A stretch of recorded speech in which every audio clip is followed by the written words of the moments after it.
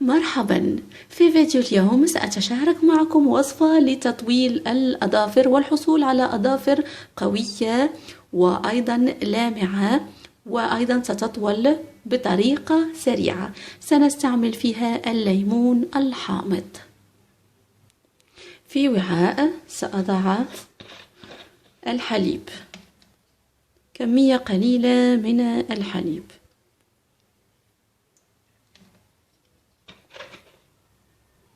ثم سأقوم بعصر الليمون بهذا الشكل.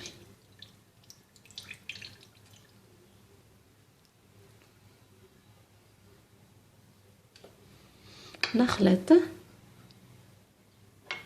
حتى يتجانس الليمون الحامض مع الحليب،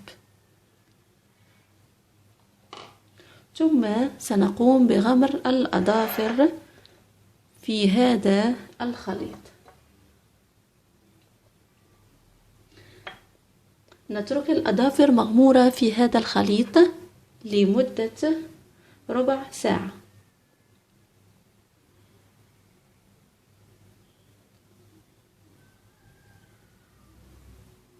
هذا الخليط سيساعدنا على تطويل الأظافر وأيضا على تقويتها وتغذيتها من العمق.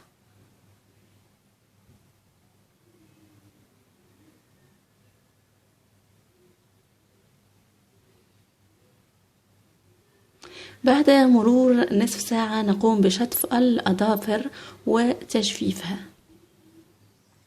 ولترطيب الأظافر وتغذيتها سنحتاج لزيت الخروع.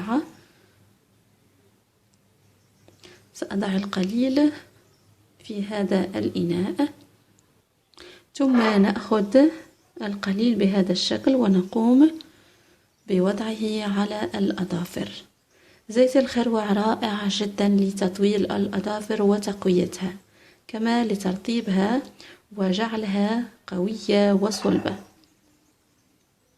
كما أنه خلال مدة قصيرة ستحصلون على أظافر رائعة جدا جدا. يفضل أن تقوموا بهذه العملية قبل الخلود للنوم، لأن الأظافر تنمو ليلا بشكل أسرع، وزيت الخروع سيساعدها بالإضافة إلى الوصفة الأولى التي عملنا المتكونة من الحليب والليمون.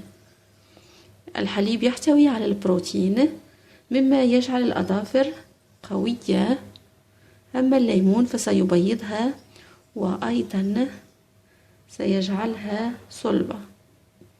إذن هي نقوم بوضعها بهذا الشكل ونتركها على الأظافر لمدة ربع ساعة، وبعد ذلك يمكنكم تنظيف الأظافر بواسطة قطنة، يعني مسحة فقط، ونترك الباقي من زيت الخروع على الأظافر طوال الليل للحصول على أفضل النتائج.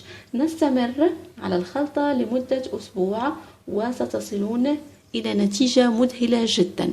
ستلاحظون أن جودة أظافركم ستصبح أقوى وأفضل مما كانت عليه، كما أن ستلاحظون أيضا أن الأظافر ستصبح طويلة ومظهرها جميل جدا. إذن أتمنى أن تفيدكم الوصفة. كل من جرب الوصفة يترك تعليق أسفل الفيديو. شكرا على المشاهدة، وأضرب لكم موعد في وصفة قادمة ومجربة.